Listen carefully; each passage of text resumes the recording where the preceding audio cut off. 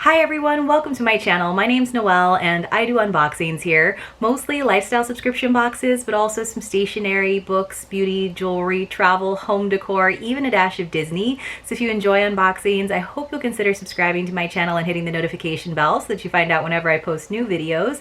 And as always, if you're already subscribed, thank you so much for being here and welcome back. Today I've got a great book subscription from the ladies of Bibliophilic Excursions. This is their Ladies at Lunch box, which is $34.99 per month plus shipping, and it always features a book with a female protagonist. Well, 99% of the time that is the case. I don't think that was the case last time, but I haven't read the book yet, as well as some items that go along with the theme of the book. They also have their signature journeys, which have a little bit more of a travel element, so they will send you to a different destination through a fiction and nonfiction book, as well as some items from that location, and that is $49.99 plus shipping. They also have options where you can do just the fiction book or just the nonfiction book for $39.99. As always, I'll leave all of that information for you in the description box below, as well as a code that will save you $10 on your first box, which is just Noelle10. So essentially you'll get free shipping on your first box.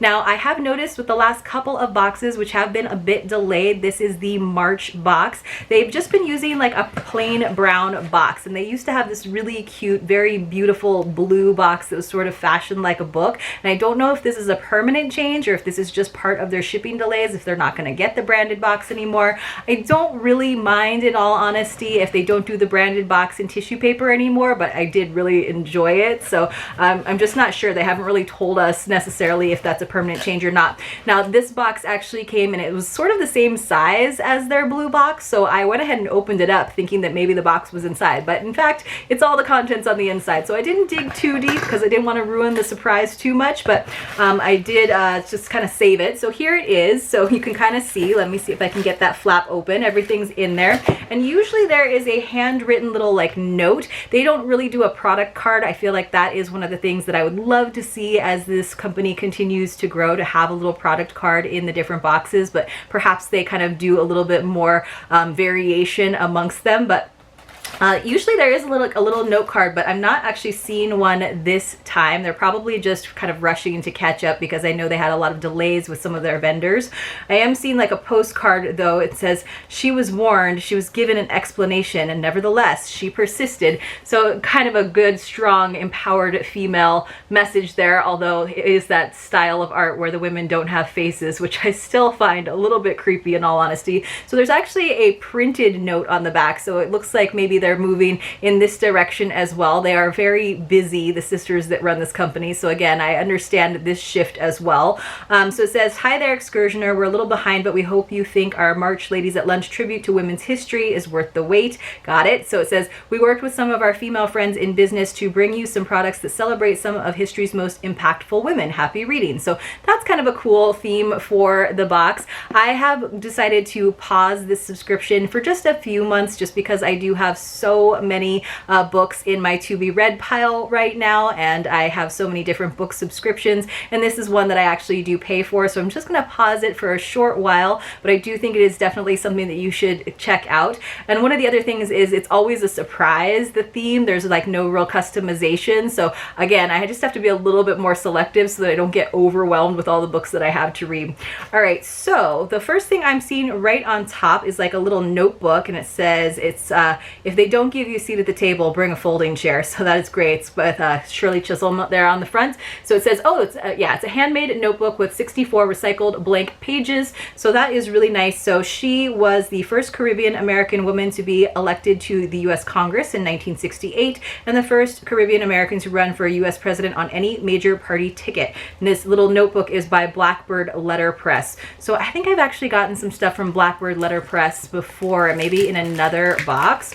But let me go ahead and open this up. I do love little like notebooks like this.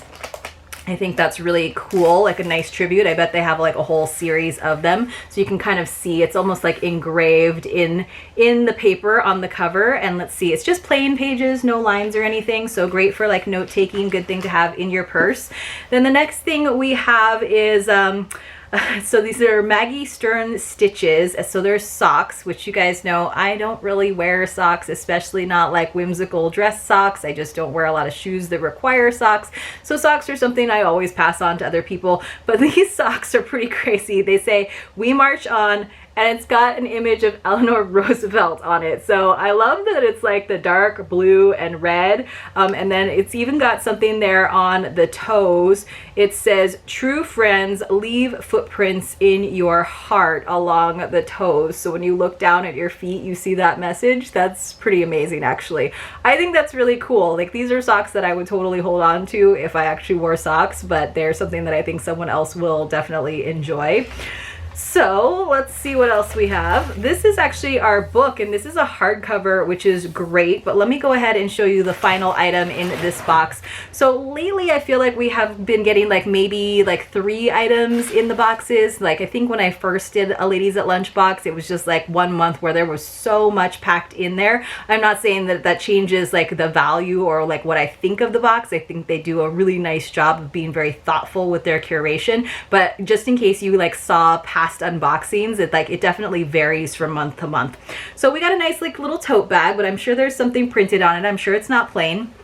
It's got very bright red straps, and this is also by Blackbird Letterpress. It's the Inspiring Women tote bag, so that's cool, and it has a quote. It says, "Wherever women gather together, failure is impossible," and that is a quote by Susan B. Anthony. And then it's got a picture, or it's got portraits of a bunch of strong women here. So how many can you name? I know it's probably not quite close enough for you to see, but I love this part down here. I think this is definitely something that some of my strong, powerful women who need some book bags will definitely appreciate. I just have so many totes, and like the ones that I have are definitely worn in, but I think this is, again, something that I will probably pass on to someone who will appreciate it. But we have Alice Paul, Jeanette Rankin, Sojourner Truth, Ida B. Wells Barnett, Elizabeth Cady Stanton, Susan B. Anthony, and Mary Church Terrell. And I have to admit, you guys, I need to do a little bit more research for Women's History Month, even though it has already passed. I need to know more about these women. They're like names that I recognize, but names that I couldn't tell you like a quick biography on every single one of them. So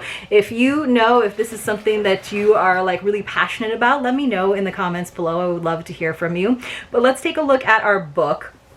So it looks like this is a nonfiction book, or it's Stories from Suffragette City, introduction by Kristen Hanna. So it's like little like short vignettes, it looks like, which I actually really appreciate, because sometimes you don't necessarily have time to dive into a big novel, but reading some short stories might be really nice.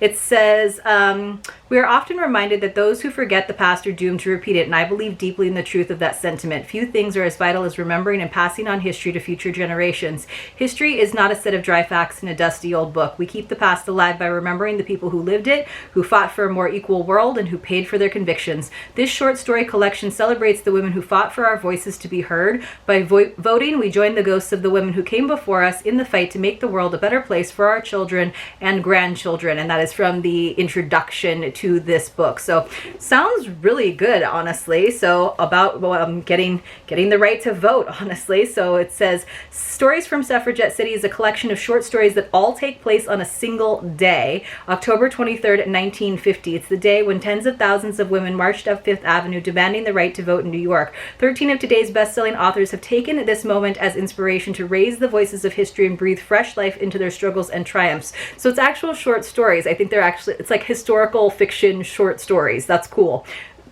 Says the characters depicted here, some well-known, others unfamiliar, each inspire and reinvigorate the power of democracy. We follow a young woman from the countryside who is swept up in the protests when all she expected was to come sell her apples in the city. We see Alva Vanderbilt as her white-gloved sensibility is transformed over the course of a single fateful day. Ida B. Wells battles for racial justice in the women's suffrage movement so that every woman's voice can be heard. Each story stands on its own, but together Stories from Suffragette City becomes a symphony, painting a portrait of a country looking for a fight and ever restless for progress and equality. So I definitely have some strong female friends who will enjoy reading this book, but not before I get to it. But I love that it's a nice hardcover, so it is something that I feel like I can definitely re-gift and share with someone else.